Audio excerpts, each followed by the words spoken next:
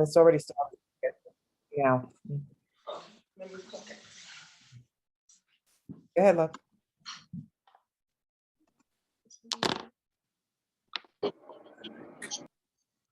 Say hey. Hey everyone. Hi everyone. If you're Good morning, peace and blessings, family. Good morning, peace and blessings. If you're tuning in now, join us for a fun cooking class. We're going to be making some oyster mushrooms and some delicious mofongo. So if you're seeing this, come and join us. All you need is maybe yourself. If you're in the kitchen, you can get in the kitchen. If you have some similar items, you can bring them out. And let's have a good time. We're going to be cooking it up this early morning. Come cook with me some vegan food, Hispanic vegan food, some delicious oyster mushrooms, and some delicious mofongo. Mofongo is my favorite. Is it? Yep. Yeah, it's so good. Good morning, everybody. Good morning. How's everyone doing this morning? Good, how are you? I'm great. That's amazing. Good, thank you, Adam. Are you gonna get ready to cook with us today? Or at least learn some good vegan food cooking? Some oyster mushrooms and some mofongo. You can grab a notepad, take some notes, try it at home with your family and friends. It's gonna be a good time.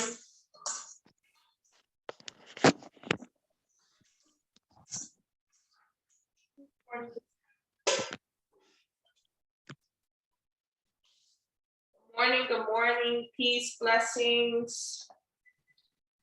Come join.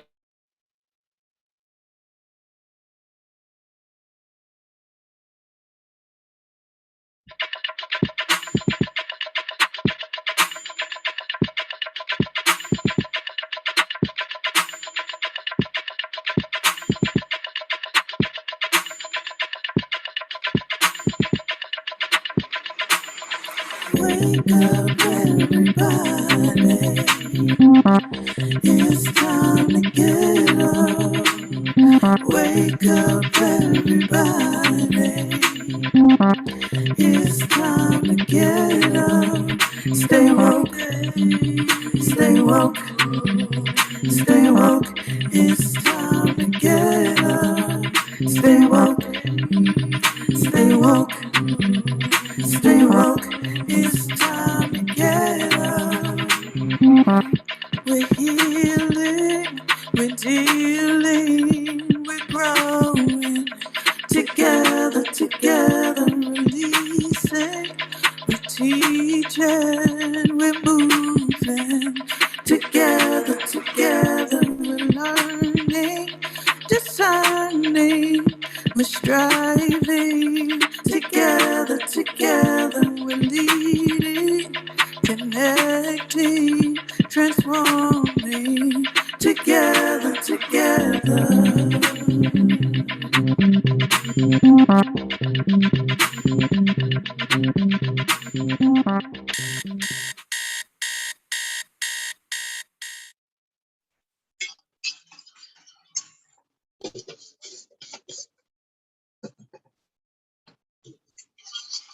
All right. With you, girl. Good morning. So, how's everyone feeling today? I'm feeling great. I'm excited to teach you guys how to make mofongo, oyster mushroom chicken using oyster mushrooms, and it should be a really good time. Let me just open some bags real quick.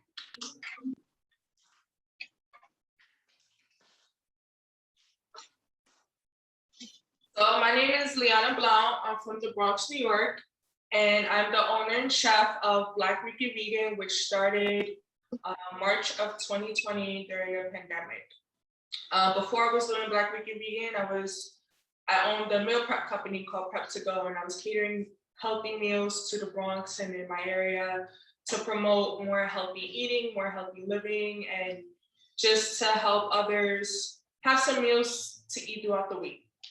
When the pandemic hit, I had a kitchen and then I lost it. And I was doing Prep to Go still for a little bit, but I introduced one of my vegan meals on this page that was supposed to just be, I guess, like a hobby, and people took like a big liking to it. So April of 2020, I put out a menu, and I haven't stopped putting out menus since. And it's turned into a big business.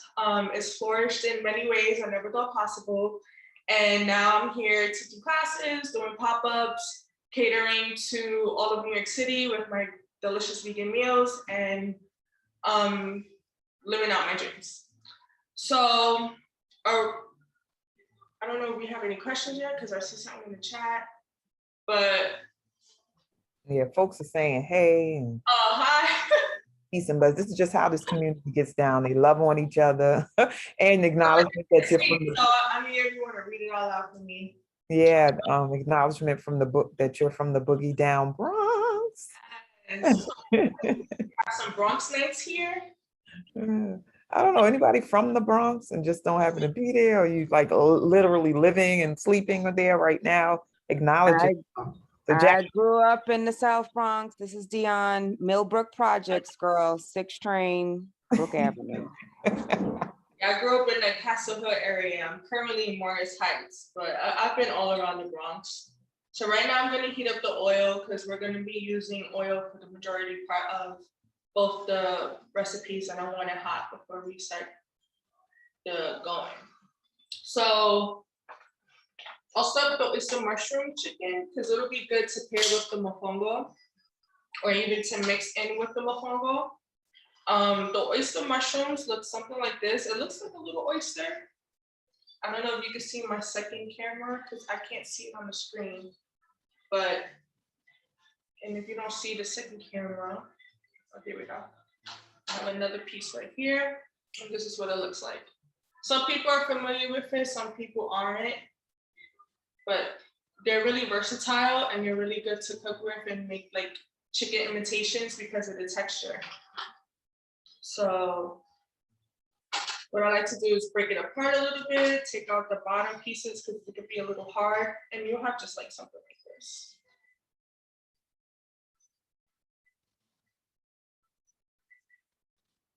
Has anyone ate oyster mushrooms before, or had it fried or paired with like a stir fry? That's how most people like to make these. Yes. Nice. So what I'm gonna do is I have 2 bowls. I'm gonna make a wet mixture and a dry mixture because we're gonna dip it in the wet batter, and then we're gonna dip it in the dry batter. So I'm gonna use some organic white flour. I'll use about a cup. I'm not gonna make too much. It's just me. So Lyana, what made you select this particular meal and not something else?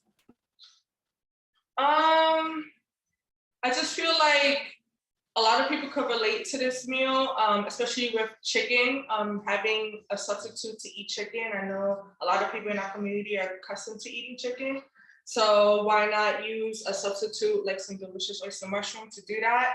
And I decided to go with mofongo because it is Latinx Heritage Month, and I am part Puerto Rican, and I just feel like this was something really close to my roots and kind of easy to make. And I know a lot of people, Black, Puerto Rican, Dominican, Haitian, are very familiar with the green plantain, African. The mofongo is a technique from Angola that is consisting of mashing plantains with like a butter and liquids to soften it. And in Puerto Rico, they use pork, or they would call it chicharron because they would fry it to put into the mixture of the mofongo. But since we're gonna veganize it, we're not gonna use pork, and it's gonna be conscious free. So I have some flour in this bowl, and I'm gonna add potato starch. I'm adding potato starch because it gives it more of a crunchy texture, and I like it to be crunchy because it has a nice crunch to it. So I'm gonna use about a 4 cup of potato starch to a cup of flour. And then here, I already kind of mixed all my seasonings just to save some time. This is rosemary, thyme, paprika, cayenne powder, onion powder, garlic powder, a little bit of salt and pepper, and oregano. And I'm gonna add that to the dry mixture.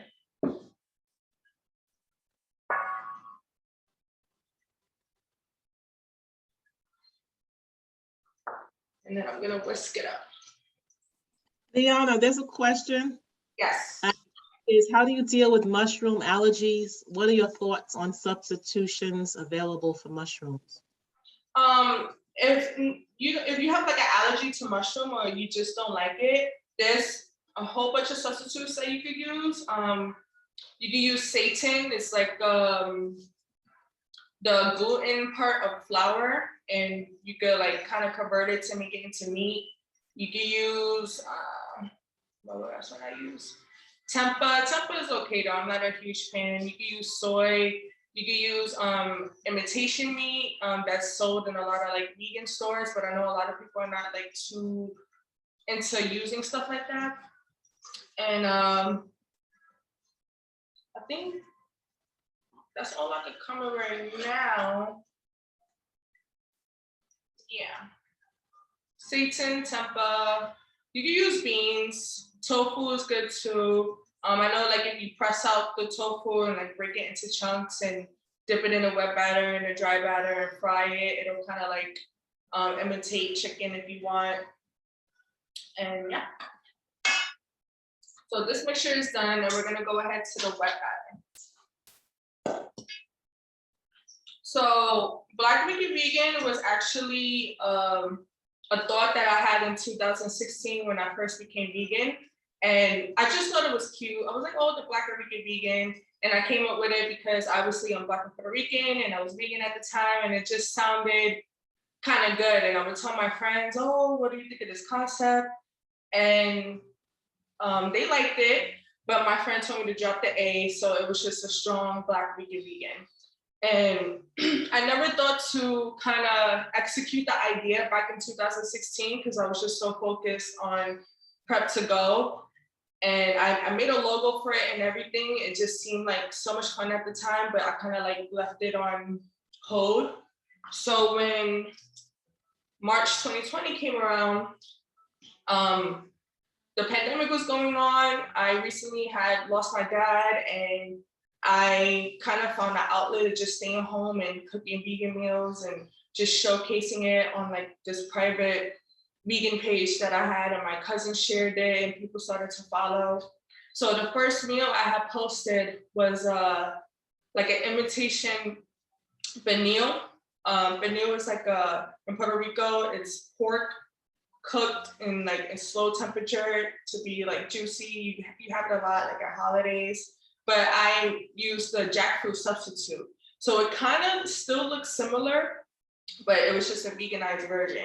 And I had made it with brown rice, black beans, red onions, and maduros. And people saw the picture and they're like, what is this? How did you make vegan pernil? And I showed them pastelillos, which is like an empanada filled with meat that I veganized. And I saw that everyone was taking a liking to it. So I just kept putting out posts and recipes and food. And next thing you know, I'm doing all these pop-ups and cooking all this food for everybody in New York City.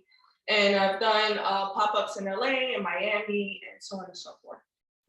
So for the wet batter, we're gonna add another cup of flour.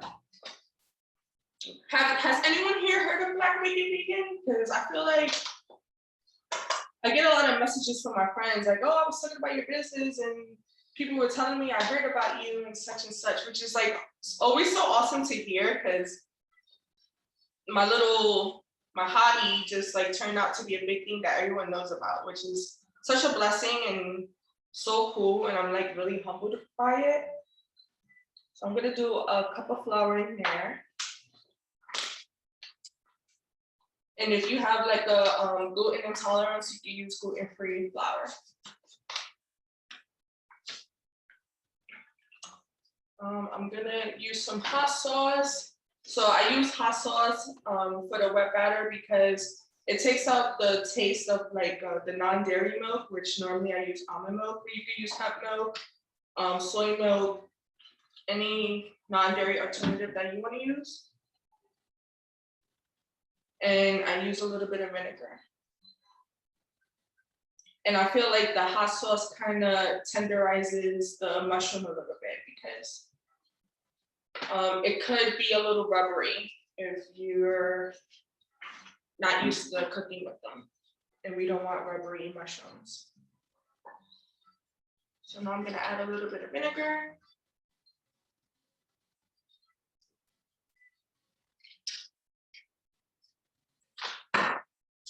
And then we're gonna add about 1.5 cups of almond milk, unsweetened.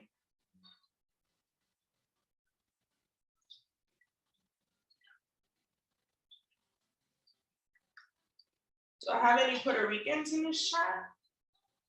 Or Hispanics? If so, where from? And how are you celebrating Latinx Heritage Month? Which seems so new to me. For the past, I want to say 3 years. I mean, it's nice that, you know, I guess we have a month to be acknowledged. Everything is just so new though. Now I'm gonna go ahead and whisk it. So when you make your wet batter, you don't want it to be too like liquidy, and you don't want it to be too, how can I say it? Clumpy or thick. I'm just gonna eye it out, let my ancestors tell me if I need more or something. And I'm gonna add a little bit of flour, just a little bit. And I do this mixture to kind of imitate buttermilk, like when you're making chicken. So this is like my buttermilk mixture without the butter.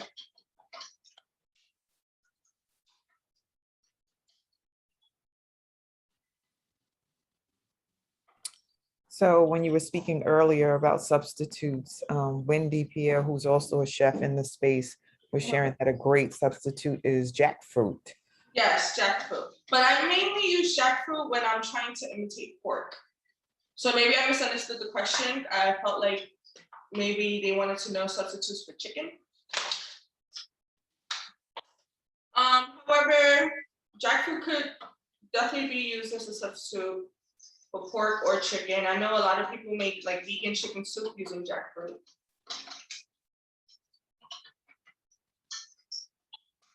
I make my reneel using jackfruit. That's one of my popular dishes on my menu.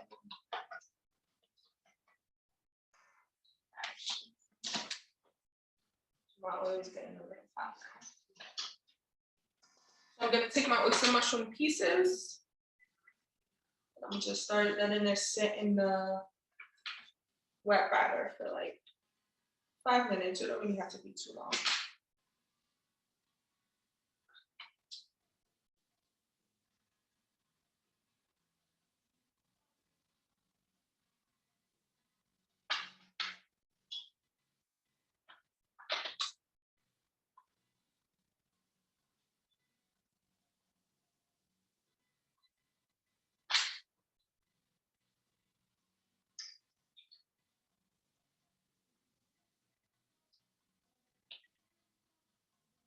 So it's so funny too. When I was doing Prep to Go,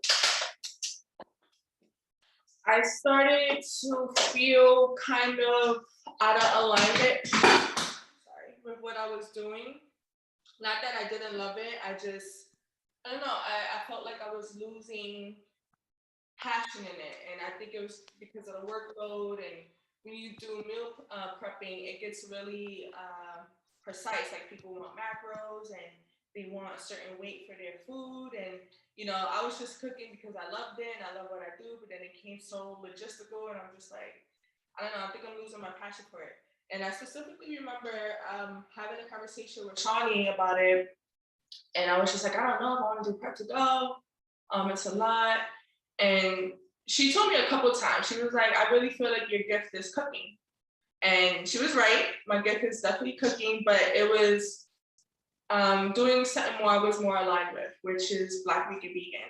I love Black Rican Vegan so much. It's given me opportunities and put me in spaces that I would have never thought I would have been. This past weekend, I just did Vegan Day in New York City. I don't know if you guys are familiar. It was a tough event, but I was super grateful for it. It was such a learning experience, and to be in a festival with 200 plus other vegan vendors was insane. And being one of those vendors was like still I cannot believe it. Because I never even went to the festival. I would always see it and be like, oh, I want to go. I want to go to this festival. I want to participate. I want to try some vegan food. And I never went. However, I became one of the vendors. And it's just like, whoa, that is surreal. Anyone here vegan? So how long you been vegan? And why did you become vegan? I became vegan because I don't know, I don't have a grand reason why I became vegan. I just know that at the time I was heavy into working out. I had a couple of friends who were vegan, and I was maybe 24, 25, working a full-time job, going to the gym, living alone. And living alone kind of put me in a space where I was with myself a lot. I had to learn about myself a lot, and being that I wasn't at home with my family and being fed and I had to feed myself, I wanted to embark on my holistic journey. So I started to read a lot of books about crystals and holistic healing and what's the good things to put in your body or on your body, and how some foods could be curing for you. And my friend was just like, oh, you should just go vegan. So she would introduce me to vegan restaurants around the city. We would make recipes at home. And I used to cook for my friends, and I would have them come over and try my food, the vegan food, and they would love it. So they were very supportive. I did the same for my family, my friends, of course. I was making them vegan pastelillos because they've always loved my pastelillos. So I was like, let me veganize it. I started to veganize it, and all my friends and my family requested it for events. I did housewarmings. I did food for housewarmings. I did caterings. I had my friends call me up, can I get a dozen of those pastelillos? They were so good, and I made it with a sauce. So from there, it kind of became a thing, and that's when I started to think of Black Rican Vegan. But I don't know, it was crazy how I thought of that idea years ago, and it took a while for me to bring it to fruition. But I'm happy that happened, because I felt like when I was doing Prep to Go, I had a lot to learn about food, and I invested in business courses and fitness courses to learn about how to run a business. So it's helped me a lot, and I think that's part of the reason why Black Rican Vegan became so successful, because I used all those tools and learnings and applied it to the business, and I knew how to market and get people involved and engage and all that good stuff. So yeah. Yes, a couple of things from the chat. One is, can you show the batter? People want to see the consistency. For both. The batter, the liquid batter. So that's the liquid batter with the oyster mushrooms chilling in there. And I'll show it to the front camera, if you can't see the side camera. Okay, it was easier to see from the side camera. Okay. And your batter, the bowl is blocking the cutting board. Oh yeah, I just had to move it because I realized that. So I was over here smashing garlic. Okay, and the audience has not responded. If anyone is from Puerto Rico or if they're vegan, I do know there's vegans in the spot. I am a vegetarian. I was a vegan for a short while, then I was like, nah, I need some cheese. That's a lot of people's weakness. They're like, I miss cheese. I feel that though. But You're that's not able to see the side camera, I think that's what it is, or your front camera, whatever's to your right. We're not able to see you. Yeah, the side can't see anything. No. So the side camera is showing, and maybe it's your device. Can you put it on speaker view? Who's that? That's good. Better. Bless your heart. Thank you. You got it? Yes, ma'am. Thank you very much. Sure. So I was just over here mincing garlic, and this is for the mofongo. I kind of just hop right into doing it. All right, so I'm gonna grab. Nefertiti says she's vegan. Oh, nice. For how long? How long, Nefertiti?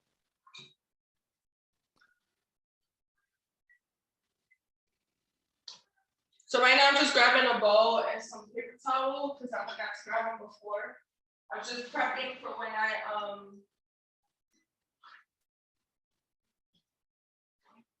I fry the oyster mushrooms and to let them dry. I normally have a drying rack, but I don't have one here. She says 20 years. She says 20 years. And Ah, no, she corrected 25. And I would jump in and say mine is about the same. So I wow. raised my children as vegetarian. Nice. That's so interesting. And they never crave, well, I guess they never crave it because they never eat it. Oh no, they had a moment. Oh, they had I was gonna say, wow, that's some good discipline. Especially with kids. It's always amazing when I come across like vegan kids or vegetarian kids. I remember I was talking to the owner of Rockin' Ramen, and because he was interested in Black Rican Vegan. So we had went over and he was telling me how his son just woke up and decided not to eat meat anymore. And he was like, who do you think you are? And they just catered to it. So now when they cook for the family, they just make sure to not make meat for him, which I thought was pretty cool. They just wake up and 10 years old, I don't want to eat meat. Yeah. Nefertiti says she never ate meat or fish before. Oh, wow. You know what I was thinking about, Leanna? This is Shawnee. How I think about pressure. Mhm. You know, because you were speaking about children, and there's so much pressure sometimes that comes from peers around what you should or should not be doing and what's weird and what's not. So that, and then also I have a brother, my youngest brother, Maurice, from the time he was a baby, never liked meat. He's Wow. actually evolved to it now. He's 45, but and I think in recent years he started eating chicken, but he just, there was no, the taste for it just wasn't there. He didn't care for it. And so he came out, like you said, or to, as a not a vegan, but a vegetarian. It's just interesting. Well, just like we all have taste for different things, he just meat didn't appeal to him when he was young. That's very interesting. Very, very interesting. I grew up with a family who ate meat with everything. They still do, but I just don't live with them, so I don't really tolerate them. But growing up, it was always meat.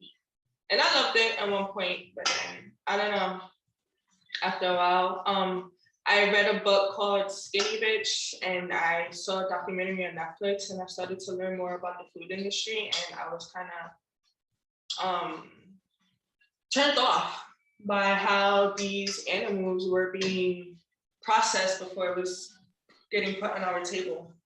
What's the name of that book? Skinny Bitch. Guinea fish? Skinny bitch, cooking your food. No. She making me say it again. I'm like Skinny Bitch. Yes, 'cause I'm gonna look it up, just drop it in the chat, because we all need some skinny bitch in our lives. Hold on one second. so right now, I'm taking the oyster mushrooms out the wet batter, and I'm gonna dip it into the dry batter. And it's optional if you want that extra crunch to dip it twice. Sometimes I do it, sometimes I don't, depends on them. Today I'll show you how it looks dipped once, and then I'll do it again, dip twice, just so you get the difference. So this is the dip once. And it's useful to use different hands, so one for wet, one for dry, because when you start mixing it, your hands get clumpy and You gotta change your gloves and wash your hands and all that good stuff. Now I'm gonna place it, I think you can see the first scan right here, into the oil. And if you can't see it, let me see if I can. There's a question from Facebook. Kaisha asked, what's the difference between being a vegan and a vegetarian? And there's an answer from the community, Nefertiti. She says vegans do not eat eggs or dairy, no animal products. Yeah, vegans don't eat any type of animal products. A lot of vegans don't even wear animal products. Like they don't wear leather, anything that's come from an animal. Vegetarians, I know that they just won't eat meat, but they'll still eat like dairy products. They'll eat honey. Honey is like a big kind of like controversial thing in the vegan community because it doesn't, you know, per se come from bees, but the bees labor for the honey. So it's kind of, I don't know, like a back and forth thing with honey. I don't know how you guys feel about it. I personally don't mind it, but I also don't really consume honey a lot. So it's not something I really, I guess, care for. But when I do like my oyster mushroom burgers on my website, I use vegan honey, just so I'm not disappointing anyone.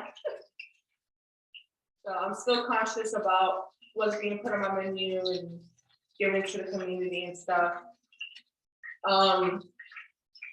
Especially when I create my vegan menus, you have to keep in mind the items that you're using with soy, the items that you're using with gluten. Like people take that into consideration because they have celiac disease and gluten intolerance. So I try to put as much options on my menu as possible that caters to everyone, and that is still delicious.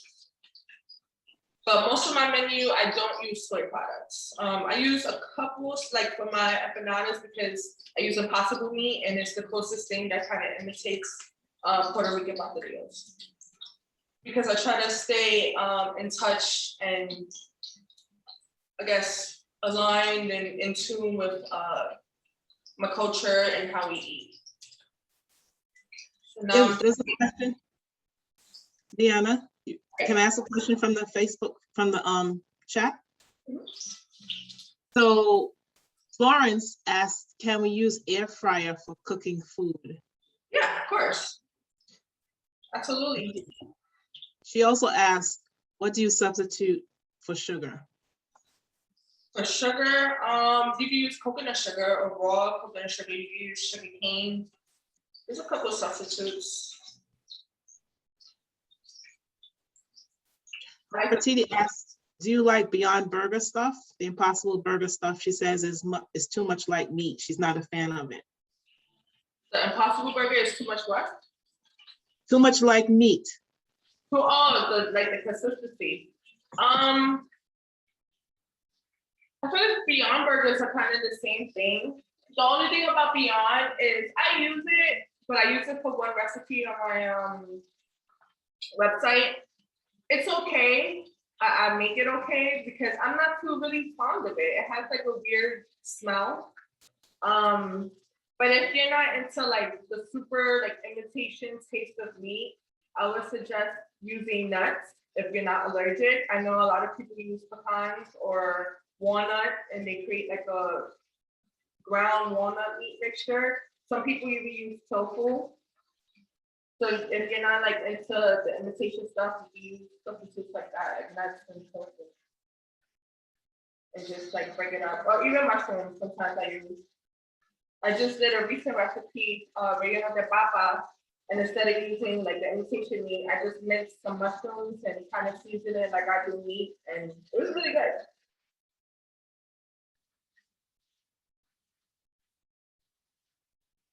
I'm gonna fry one more. I'm the only one here, and I don't want to waste food. So yeah. Okay, Jacqueline says she's scared of impossible meat.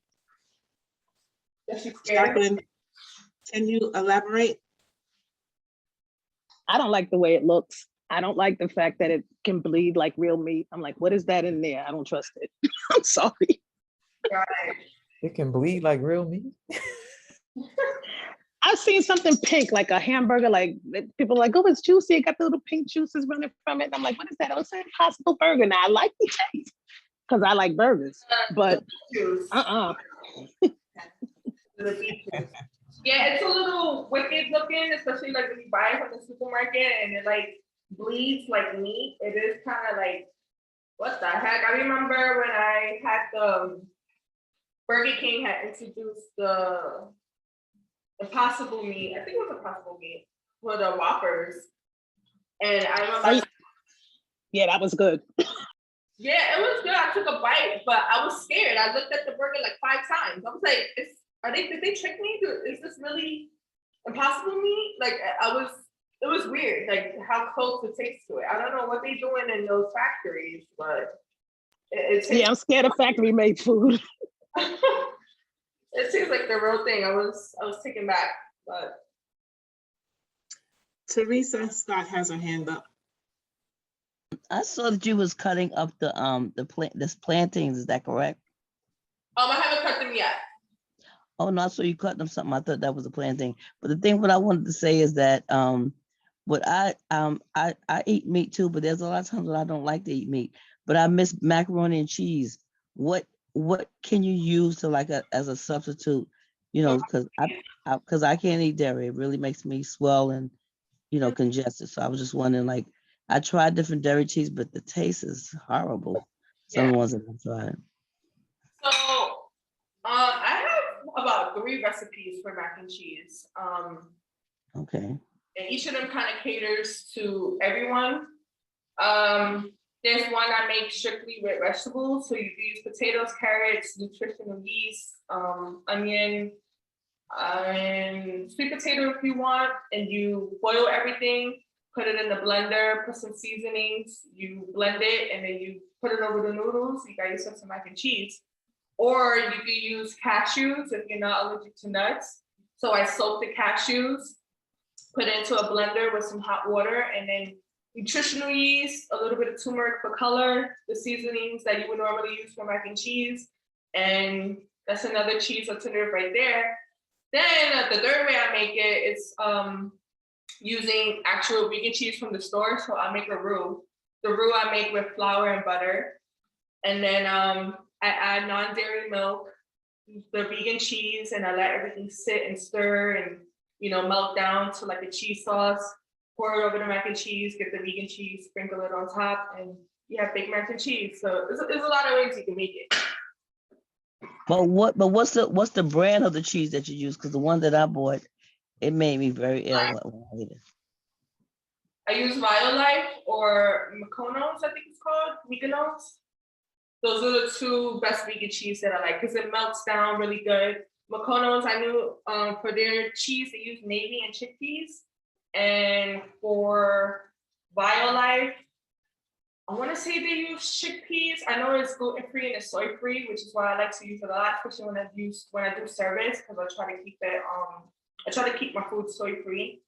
So yeah, Mykonos and Violife.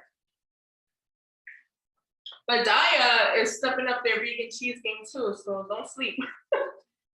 Before it used to taste like plastic, but I think they worked on their recipe and now they have some good stuff. So right now I'm flipping the oyster mushrooms. Let's see if I got it. You guys see it? Yes, and it looks good. I was gonna say, I think my phone is delayed because it's looking like I'm catching the side view. Oh, here we go. Yeah, it's looking all nice and crispy. It smells delicious. So I'm gonna let it cook for another like 5 minutes. And I try to let these cook for a little bit because I don't like rubbery mushrooms. So once you cook them down in the oil, it kind of like breaks them down and tenderizes them. So once you take that bite, it's so juicy and it's so delicious. And I fried them in vegetable oil if anyone was curious. So while that's finishing up, we're gonna get into our green plantains, which I know a lot of people are familiar with. They're so versatile, and you could do a lot of things with this stuff. You could do totones, mofongo cups, mofongo. What else? Mango. If you make this at home, and I mentioned I didn't mention anything, like how do you make it? So this could be a little hard to cut sometimes. So what I do is I make 4 slits going down. And then I like peel them off.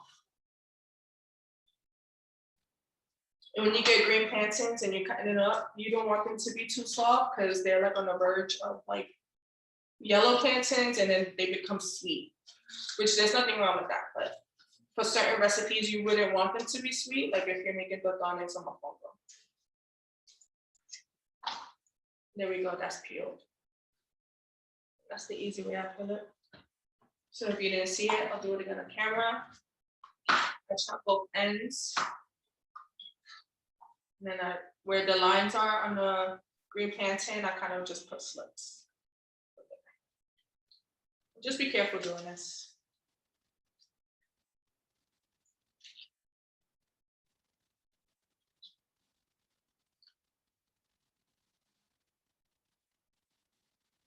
So entrepreneurship, a lot to learn, especially learning how to ask for help, which I had an issue doing because I feel like I'm superwoman and I want to do everything by myself. But as the business grows, you just realize that that's just not doable.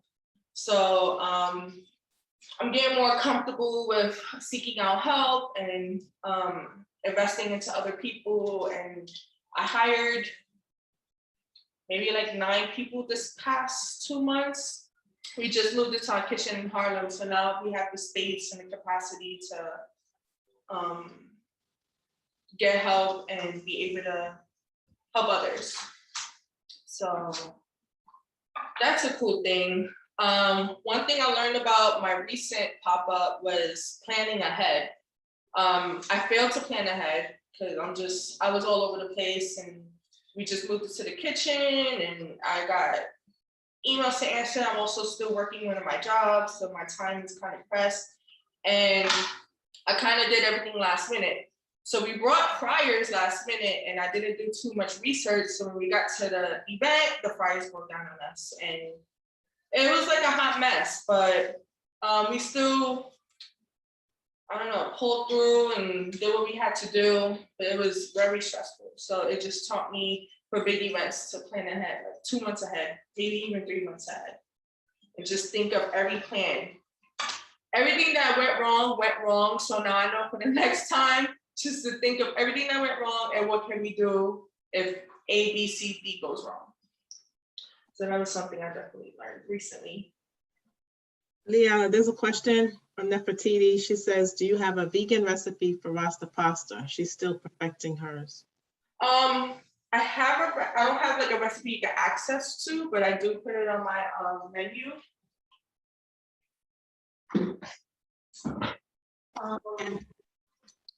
Yeah. Will you be doing pop-ups again? My next pop-up is in Harlem, October 14th. I'll be doing the Uptown Harlem Market, October 14th and November 11th. And when I'm not doing pop-ups, I do weekend service. So this week we're doing both pre-ordering and same-day ordering. So pre-ordering, I take for people who live in different boroughs like Brooklyn, Manhattan, the Bronx. Give me 1 second, my computer just opened up some tab.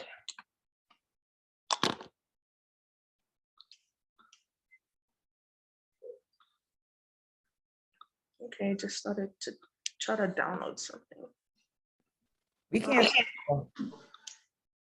Wait, hold on. All right. There's a request for, an offer for support if you're looking for that from Sweetness. She says she can help you in October. For the pop-up? Yes. Yeah, that'll be great. Send me like a message. I respond to DMs or email me. I'm still on Zoom, but this thing minimized. I don't know what happened. I was trying to bring up the screen again, but it just, what it did. We can see you clearly though. Okay. So Lyana, I'm curious because you spoke about what I'm going to call breakdowns, like when things don't go as planned. So how important is it as a chef to be spontaneous? So not just equipment, but just ingredients. Let's say something you forgot or you use too much of something and you need to make adjustments. So where you at, like as far as your muscle to just shift and pivot and create? Well, I've been doing this for years. And there's been plenty of times that I ran out of stuff and I had to improvise. It's just really learning about your food palette, what works, what substitutes you could use, having a full pantry, being familiar with what's in your pantry. Even when times that you have to pivot, just thinking creativity or thinking, okay, if I didn't have this, what can I use? Like when I was at the festival and our fryers broke down, someone did offer their deep fryer to us in a food truck, but I wanted to fry also at the event. I brought my induction burners that you see right here. So I had big pots filled with oil. It did not cook with the big pots filled with oil because it gives out but so much heat. So what I did was took out a lot of the oil. I used the, the aluminum trays where you put food in. Yes. Put oil in there and I put it on top. I did that. I had 2 of them, so I did that to both of them and it fried. It was frying like 3 items at a time, but it was doing something. So that's what I had to do. Yeah. And people understood. People were super supportive. They even started to buy uncooked food. They were just like, I'll cook it at home, which they did, which was like crazy. And we told everyone online, like, we're having this issue. A lot of the stuff is not cooked. We only offered the uncooked option because they were asking. They said, can I just buy it uncooked? And we were like, okay. So when one person suggested that, I had my guys go down the line and tell everyone that, and they stood on the line to buy uncooked food. So I was just like, whoa. So that was a unique experience. It was stressful, but you just had to improvise and you gotta keep it cool. I was going through it, but I know breaking down and having a panic attack was not gonna help anything. So I just had to roll with the punches and communicate with people what was going on, and they understood. So this is the oyster mushroom chicken once it's fried and out the oil, and I have it in this little bin with paper towel. And then I'll show it to the front camera. It smells so good. It looks good too. How do you think it looks? And you could put this like in sandwiches. It looks delicious. You're giving that to me, I'll take it. It's really good. Oh, it smells so good. I want to put it in a sandwich. I'll probably do that later. I have plenty. So Can I meet you in the Bronx tomorrow? Yeah, or pre-order tomorrow. We'll deliver to you. So right now, I have the green plantains. I chopped them up and put them in the oil to fry. They're frying right now because we're gonna put them in this giant pilon that I have right here. My uncle got this from Puerto Rico, and my family has used this thing for years, so it's pretty seasoned. And we call it a pilon. A lot of people call it a pestle and mortar. This is the mortar, and I think this is the pestle. And they have smaller ones, which people like in Puerto Rico, Dominican Republic, or in Africa, they use to grind seasonings, which you can, and the big ones are used to smash the plantains. And I know, I want to say like in Africa, they use like these big giant things with this big stick to like mash like yuca and tortilla and yams and green plantains. I don't know what it's called. It might be the same thing. If y'all familiar, you have to let me know, but I'm not too sure what it's called. So I'm just gonna flip these a little bit.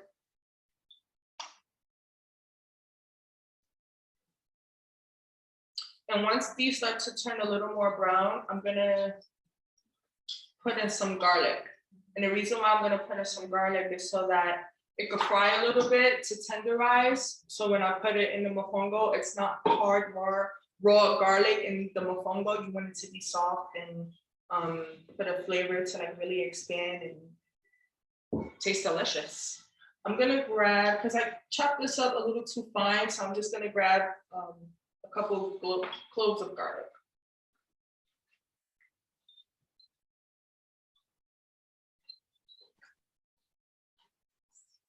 Liana, Zakia asks, does the hot sauce make it very spicy? And sorry, go ahead. I didn't hear that. Does the hot sauce make it very spicy? No. You won't even taste the hot sauce. And Okay. I don't use like the super hot brand. This is what I use. Or you can use Tabasco or something. It doesn't make it spicy at all. What brand is that? Red Devil. Okay. My question is, how do you dispose of the oil when you finish? I normally put it in a jar and then put it in recycle. I used to dump it in the sink and then I stopped doing that because that was I didn't think that was the best way to dispose it. Yeah, I put it in the jar. How do you guys dispose of oil? That's a good question. I don't know if there's like a special way to do it. So I just put it in a jar and then on garbage day, I just put it in recycle. Yeah, I don't cook with that much oil, so I use it just enough for it to dissipate into the food. My grandmother would put it in a jar and then reuse it. My mom used to do that, but Right. you know, it's but so many times you can reuse it. Yeah, we learned that wasn't the best thing, particularly with the outbreaks of the meat diseases. Yeah. Yeah, so I just put it in a jar and put it in recycle now. I don't know a special way to do it. That's the only way I know. This is Teresa. We did that a lot, but what they did was that they put it in the refrigerator. Like when they reused the oil, they would put it in the refrigerator and then take it out. So that was one way how to stay, because we have a lot more, I think, bacteria and stuff in our food now than they did then, because they did a lot of stuff and nothing never happened to them. So I think it's the way our food is made now compared to their food.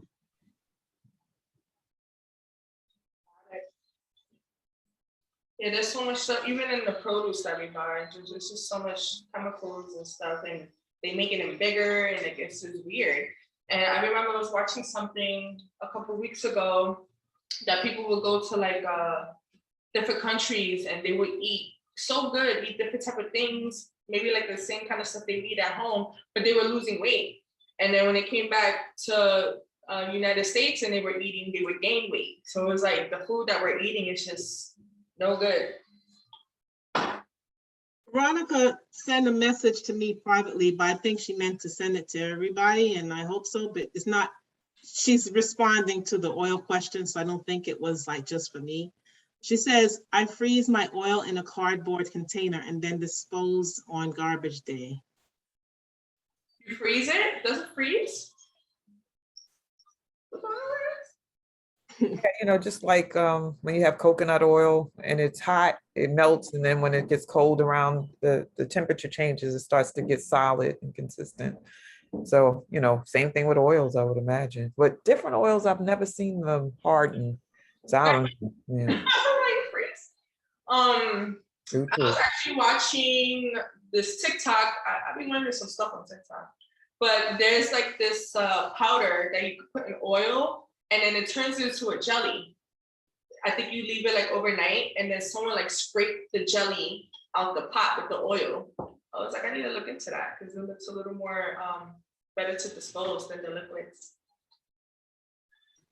It's 7:55, 7:56 actually. So some folks might need to leave. I am dropping your information in the chat.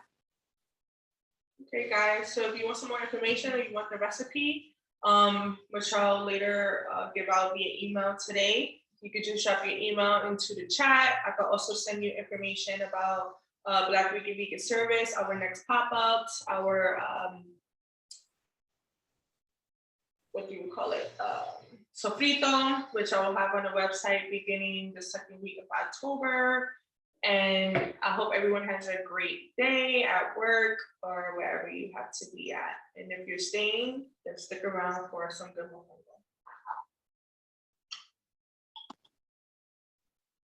All right, so I think these are about ready to mash. I'm gonna take one out and kind of squish it and test it to see if the inside is soft. I think you can see this camera. So I'm just gonna cut it in half just to see how soft it is. It feels pretty soft. I'm gonna start taking them out with the garlic. I also put garlic in the pan. I don't know if I showed you guys that, but this is how it looks. So that when you squish it, it's nice and soft. Let me see if I can show you. There you go. And it's not raw when you put it in with the mofongo.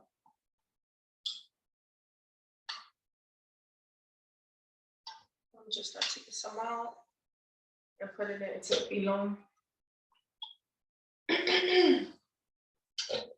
So yeah, if you're ever interested in service, for pre-orders, I'll put out that menu on Wednesday, and for same-day ordering, you can order on the weekend. We do local deliveries. We work with Postmates and Uber Eats, but if you're not in the area, like in Harlem or like some parts of the Bronx, you're always welcome to come pick up from the Harlem kitchen.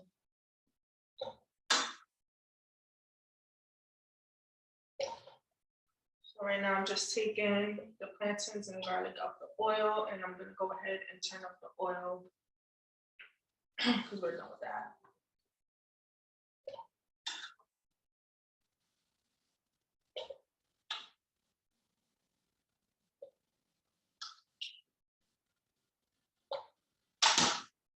That garlic smells so good. Now I have some vegan butter. The brand I use is Earth Balance. They have soy-free options, and they even have like a coconut oil option. I think they have avocado oil option. So I'm gonna add about. What makes you choose one option from another? I use soy-free just because I just try to not use as much soy in my cooking, but it's up to you. I feel like they all taste the same. Veronica? Yeah. No, go ahead. I was gonna say I'm not too picky with food, so. Okay. Veronica says, can this be made by boiling rather than frying the plantains? It's gonna have a different taste. If you boil them, it's gonna be more like a mango taste. I don't know if you ever had mango, but it's gonna taste more like a mashed potato, like a mashed plantain. It's a preference, but I know the way to make it is fried, or you can air fry it, but just cover it in some coconut oil, olive oil, and air fry it. If you don't want to fry it in oil. I'm gonna add a little bit of olive oil, maybe like a tablespoon. And then here I have the complete seasoning, so it's like oregano, garlic powder, onion powder, thyme, a little bit of rosemary. And some people use like vegetable stock, but I'm not gonna use it because I'm using butter, so I think it'll be fine enough. And then you just mash for your life. When I was doing it the other day in Vegandale, we had put in the jackfruit chicharron to kind of imitate the pork. I didn't have jackfruit today, so we're just gonna straight out make some mofongo. But the jackfruit was used as a pork substitute. I'm gonna show you guys how it looks when you're mashing it.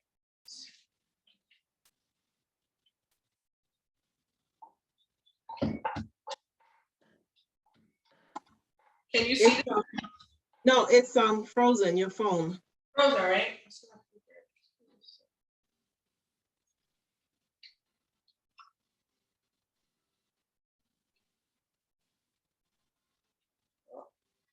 What happened? No, Let me put didn't it. change. I'm gonna put it down. I don't know what happened. So I'll just show you in the front camera. And this is what it looks inside. Yes. And I see that. I'm gonna continue to mash it. You said it's working? Yeah, no, I'm saying I can see it from this camera. Yeah, I don't know what happened.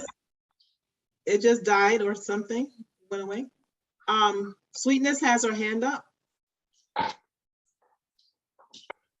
No, I'm just trying to share this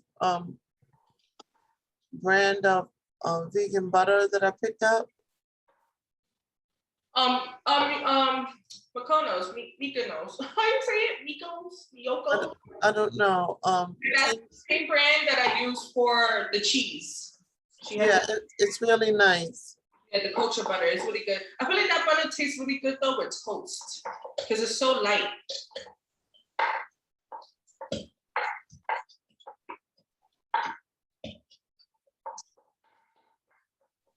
This is nice and soft. It looks bomb. It smells bomb. So I'm gonna take it out with a spoon, and I'm gonna put it. Yeah, I don't know what happened to this. It's on, but I don't know why it's not showing.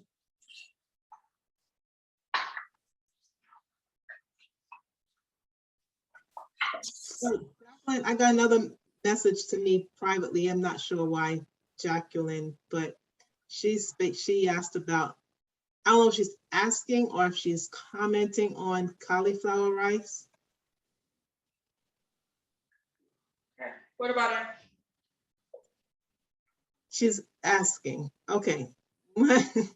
Get Jacqueline, come off of mute, please. I'm in the street with dogs barking. Okay, it's good now. No, I was asking if she had any recipes that she used cauliflower rice from, because I know it's very, it cooks very quickly, or it's already pre-cooked or whatever. But I can't eat the rice, and I love Puerto Rican food, but I can't eat the rice. So I'm trying to find a way to make something similar using cauliflower rice or something else that is not rice.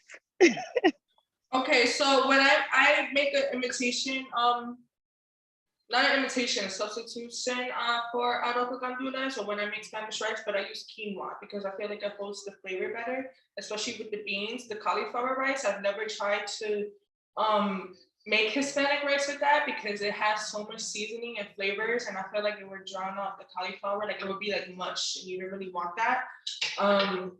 But I would say quinoa is really good for that. It's a little more sturdier to hold all those flavors and seasonings. Cauliflower rice, I don't use too much of, and if I do, I shred it, little salt and pepper, put it in a cooking pan, and then that's it. I'll call it a day. But if you want, okay, thank you. If you want to do like a Hispanic rice substitute, I would suggest quinoa. Thank you. So I put all the mofongo in this nice little cup because presentation is everything. And people like to eat with their eyes. And I'm super big on that because I want people to want to bite the screen sometimes when I post my food, which sometimes they tell me that they do. So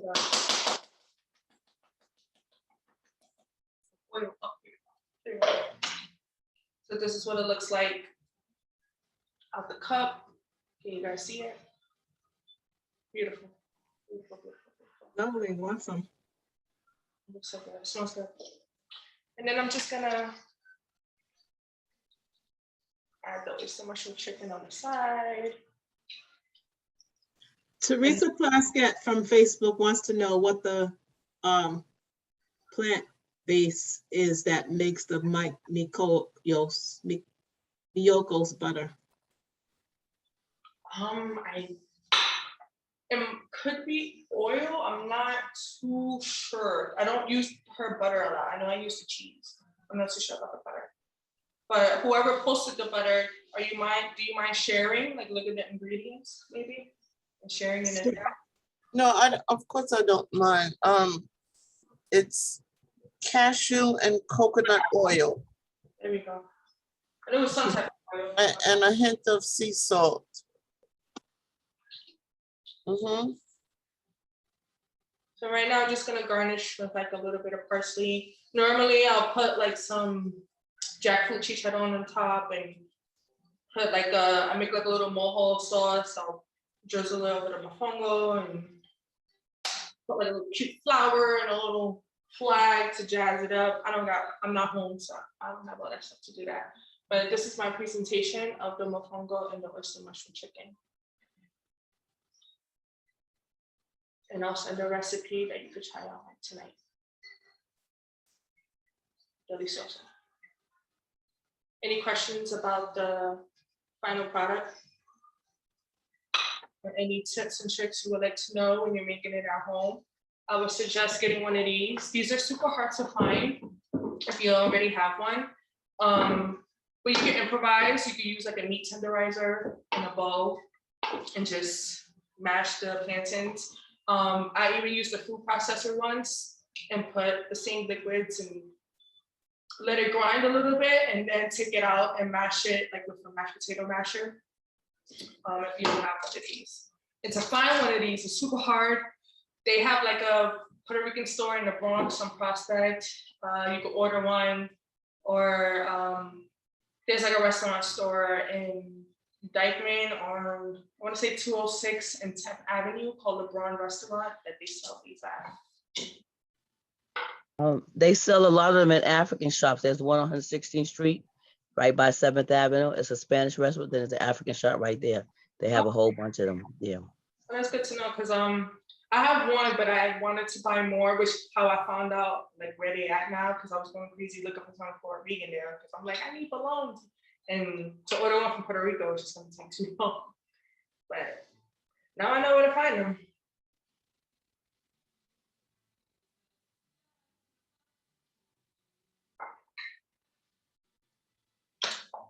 The questions might be delayed if anyone has some.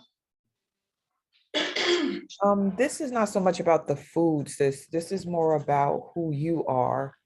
So I'm thinking about age. I'm also thinking about race, culture. So when I don't watch it a lot, but like when I watch chefs, like the famous chefs, the ones that are on television, there are not a lot of folks that look like you. So, what are your thoughts about that? And like, who are your mentors? Are there some folks that look like you? And maybe I'm just not aware of them, or are they folks from other races? Are they men? Like, I'm just curious about like who you follow and, what the models are for your growth and development as a up and coming chef. Right. I don't know. It's so funny because I don't watch too much of like the Cooking Food Network. I know I was a fan of Gordon Ramsay. I think just because of like his attitude and stuff. I don't see a lot of people like me doing what I'm doing on the screen at all. And honestly, my inspiration and mentorship kind of comes from my own family and doing just what we do for years as, something that was just part of our life. I learned a lot from my Uncle Ramon and from my mom, and they used to work at, my uncle used to work in restaurants and he lived with us for a little bit. So he always used to get excited about cooking and for me to try new things, and whatever he made at the restaurant, he would come home and make it. And I just remembered every time I would walk home from school and come into the house, there was always like these aromas in the air, like garlic and oil and seasonings, and he had the music blasting, and he'd be like, Nana, try this. My friend called me Nana, and it was always so amazing. So I made a lot of, I have a lot of memories of that and just trying different recipes. And, we're 3 little Black kids with our Puerto Rican family learning about all this food and introducing it to our friends. So my biggest inspiration is my family, honestly. It's not really anyone that I see on TV. Yeah, that's really powerful, inspiring to hear.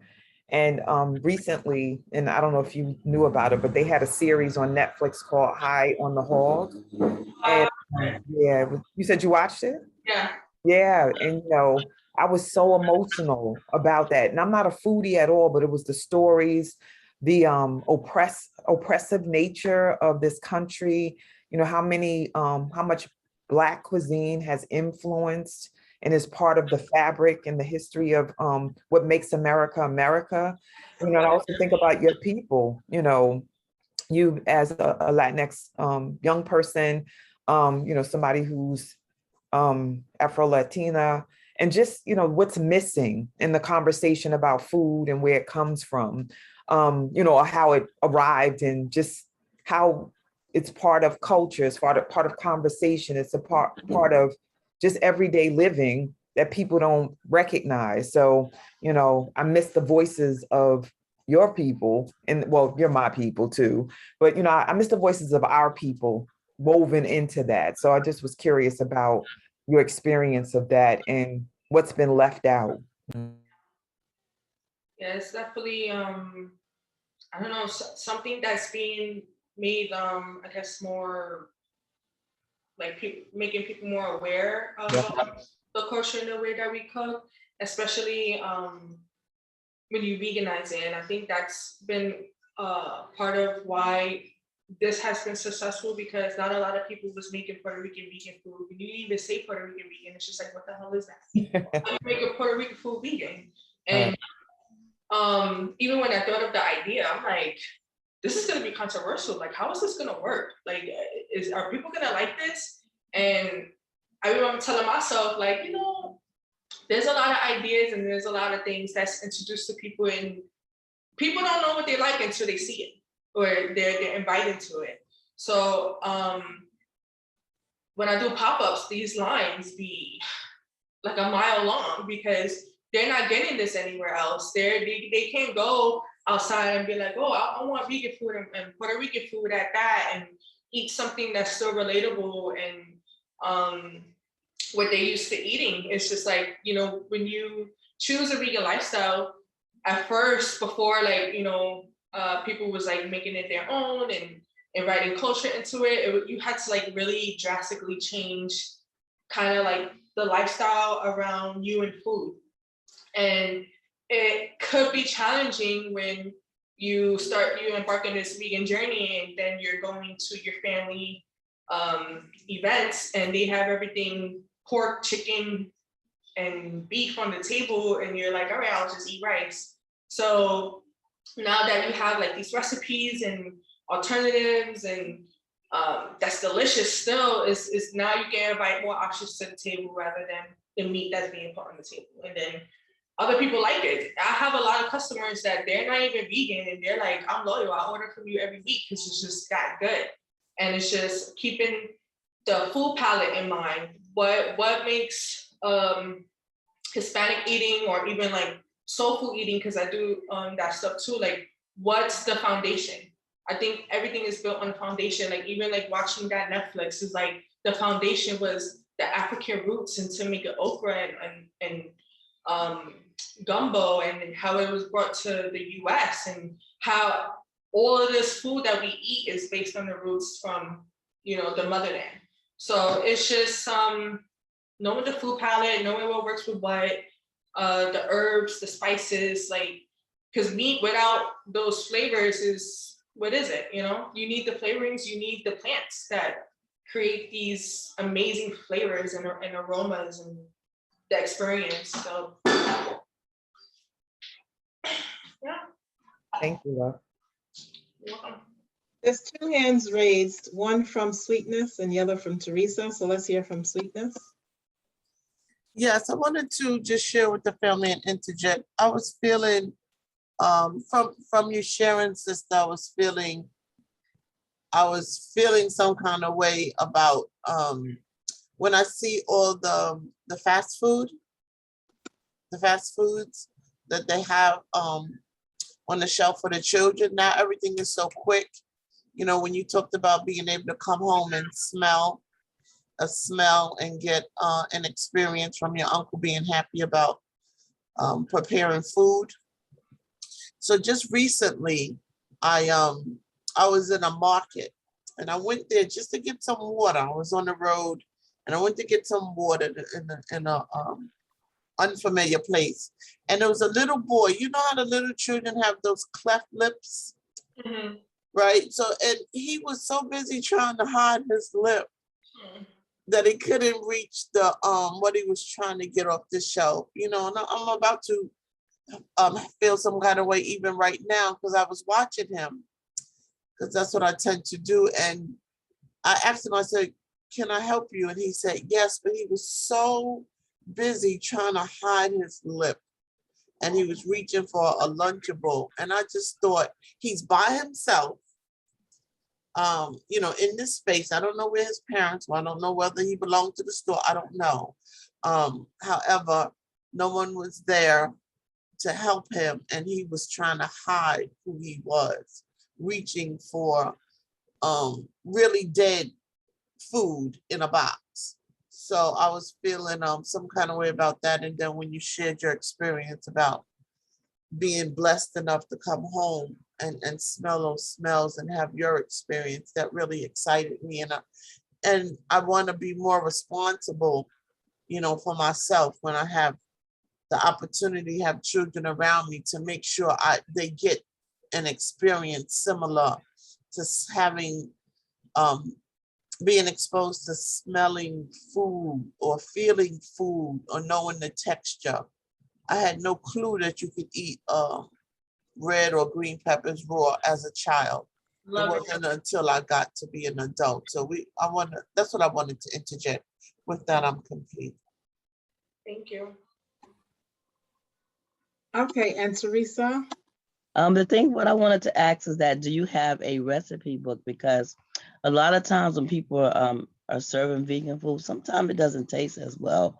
Some restaurants, you know, it does, but like, especially like with Black culture and Spanish food, that was something that I was raised up on.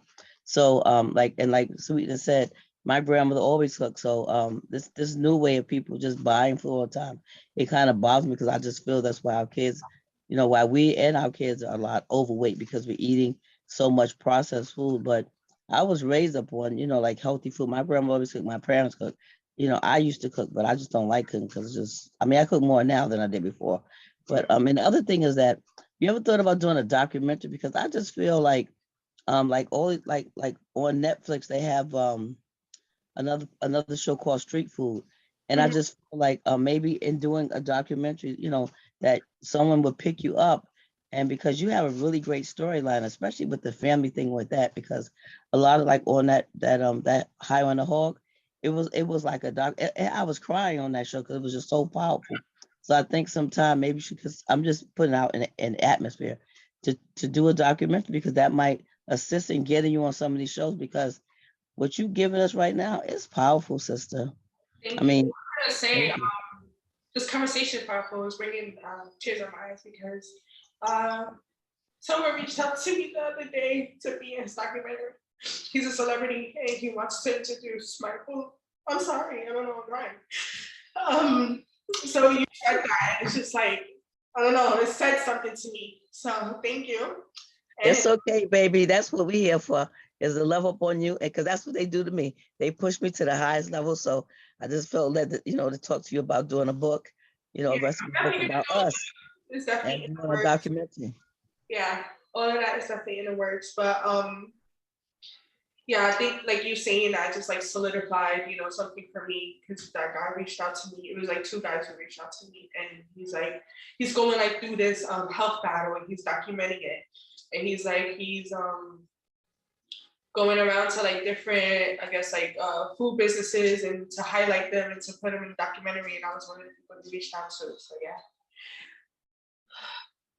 Okay. So this is, I wanted to show you how I forgot the second camera's not working. How the oyster mushroom looks like kind of on the inside. It's nice and crispy. I don't know if y'all heard that. And it came apart like nothing, so it's not rubbery, and it's not, you don't have to like bite it off. And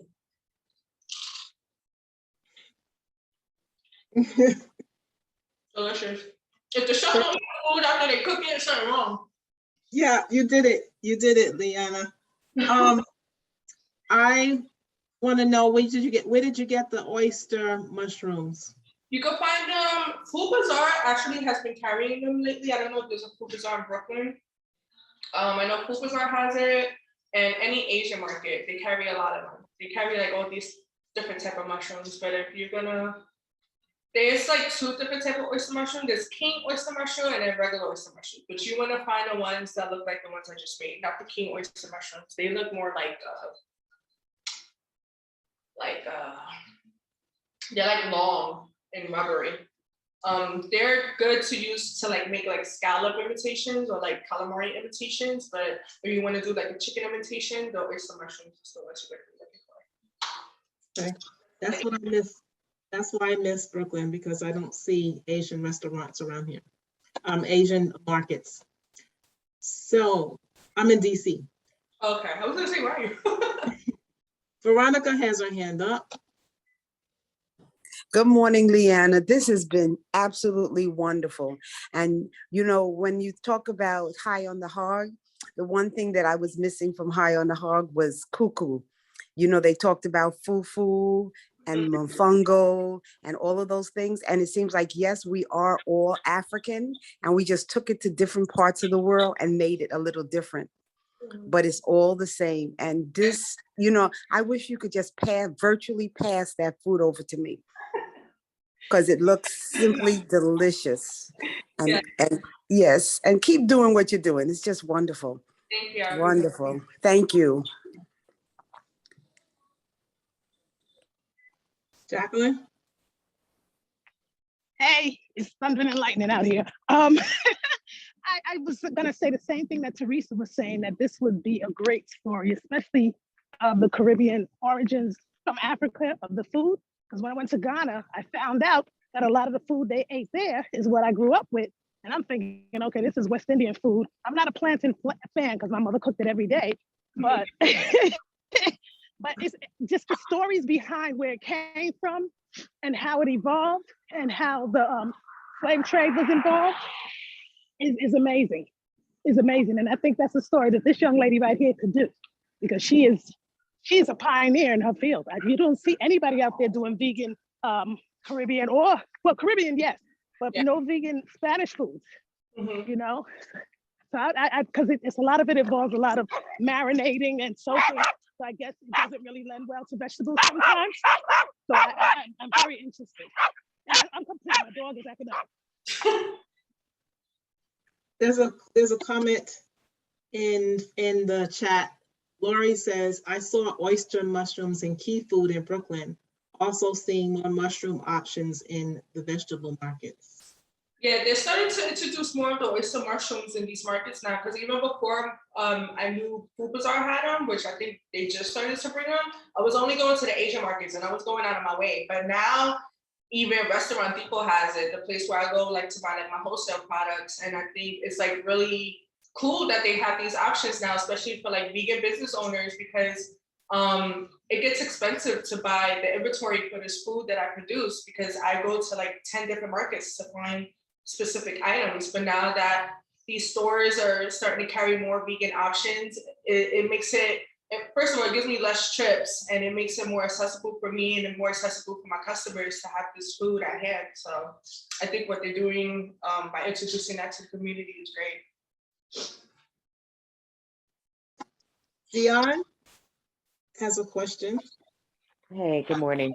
Awesome. And I was going to say, in terms of advocacy, we can ask for things. I live in the Heights, so I'm in a, Dominican neighborhood. And when you ask for things and, speak to the manager and request them, they will often start carrying them. So I do buy oyster mushrooms in my neighborhood. Nice.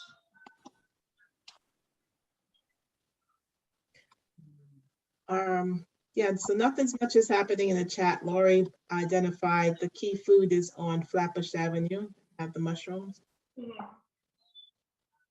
So yeah, I don't know what time is it.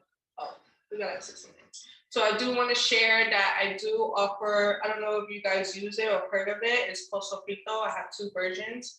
One with vegao. Vegao is culantro. Culantro is like the strong herb that's used in most Hispanic dishes. It just adds like this nice, powerful herby taste to like the dishes that you make, like to beans and to rice. I'll be using this later for my arroz con gandules.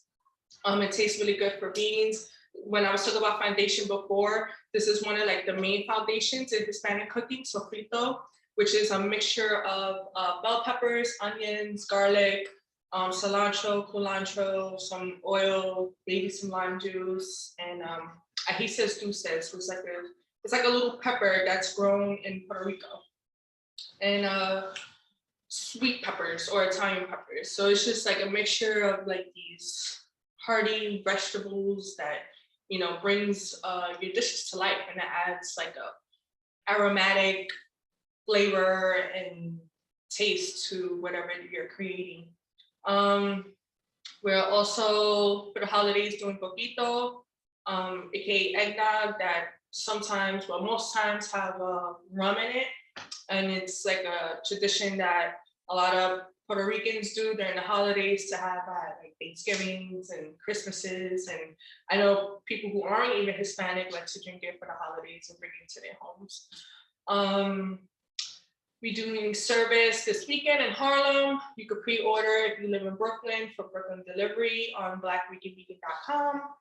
And yeah, I feel like I'm complete with the recipe and with sharing that information with you all. And I'm still open to questions if you have, and if Shawnee or Kinyoku have any input. Oh, it's been really, really great. And there's so much on my mind in reference to this experience because it's so beyond food. Yeah, so I know we'll talk, and just grateful that you have come to share your gift with us, and you know just how present and loving, and I feel that the love oozing off of you as you share your food, the love for people, and the love for and the passion about living your purpose. Like really, really powerful stuff. So Kinyofu, anything? Nothing in the chat. I do thank Liana for mentioning about coquito, because that was one of my questions. I have been playing with the recipe, the vegan version of it, and love to know more authentic ways of making it. I'm complete. Okay, reading some things that's dropped in the chat. So Laurie says, this was so connecting. In my family, food is love. Sweetness says, it is for us to use the information she is sharing. Let us be about it for real. That's the truth. I'm gonna put up your slide now.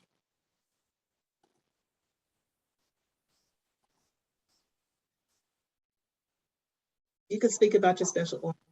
Okay, so special offer, I am offering 10% off my website using the code WUE10, which you get 10% off everything on my website if you place an order for delivery or pickup, or the second week of October when we introduce the sofrito back on our website and some merchandise, and it'll be valid for I want to say 6 months. So use it quick. And you can contact me on my phone number, 347-226-0616, but I am way better at responding via email at info@blackricanvegan.com, because sometimes I just don't recognize numbers. You can also visit my website, blackricanvegan.com, and subscribe to the mailing list so you can be updated to pop-ups, my next events, cooking classes that I'll do in the future. I actually have one tonight. I'll be doing one every week for the rest of Latinx Heritage Month. My Instagram is Black Rican Vegan. That's where I share most of my recipes and beautiful pictures and connect with the community there. And I'm going on stories and posting polls and just really getting everyone involved and showing them what I've been up to. And the same thing on Black Rican Vegan on Facebook. And if you would like to donate or send in a love offering, you can send it to soulleadershipdevelopment@gmail.com or Cash App Spirit of a Woman. And your code? Oh, the code, sorry. The code is 423LB. I'm assuming that's the class number and my initials. Yes, it is. All right, one more. And you could join the series again on Wednesday, September 29th. Your Divine Sweet Tooth and How to Love It, Part 2, facilitated by Niamo Nancy. And then you have on September 30th, 2021 on Thursday, The Magic of Feeling Worthwhile, facilitated by Mika Joseph.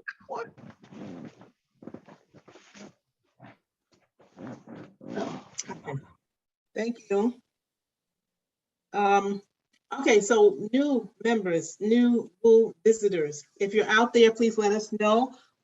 I'm very excited to welcome you, and I'm sure that our community members will be as excited. We want you to stick around. So the next couple of slides will show you how you can do that and stay connected.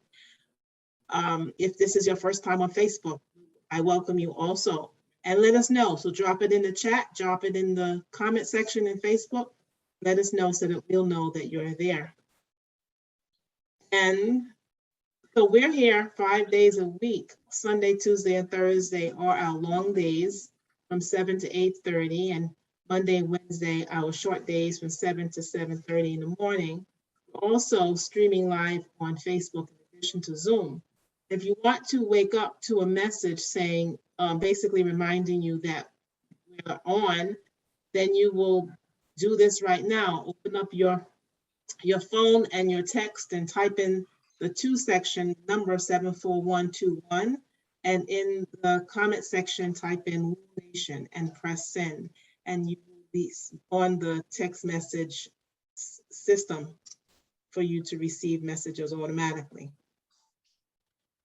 We have swag, so you can get your mask, your sweatshirts, your t-shirts, your mugs, your thermoses with Woo on it and represent. And you will go to bit.ly/Woo Swag to order yours today. I want you to stay in touch, and this is the ways that you can do that. So if you go to bit.ly/Wake Up Movement, then you'll be able to get on our email list and receive the Zoom link every week, as well as the lineup of presenters for that week and who they are and what they're speaking about, and anything else that comes in, special offers as they come in from the presenters as time goes on. If someone shared with you, if you're new and someone shared with you the link, you're going to want to get on the email list, and you need to sign up every week. Everybody needs to sign up every week in order to get this weekly information. To get into our Facebook group, private group, you would go to bit.ly/Woo Community and then be admitted into the space. And just know that the Facebook private group is different than the Facebook page, the public page where this event is streaming live right now. So we do share this event to the private group, but the comments that are happening are on the page, and that's not by our doing. That's a Zoom and Facebook thing that we're not very happy with. Instagram and YouTube, you can find us on these links here, and if you have a comment or want to share something with us, you can use our email address, info.wakeupseries@gmail.com. So I'm going to ask everybody to unmute so that we can give Lyana our love shower, gratitude, thanks. And this was a great session, and I want. Thank you, Mike. Thank you, Chef, for this great Lyana. work. Oh, Wonderful. Your woman is a cook. I love it. Thank you. Amen. Continue being great. Thank You are the best. Thank you. Yes. Thank you. I'm ready.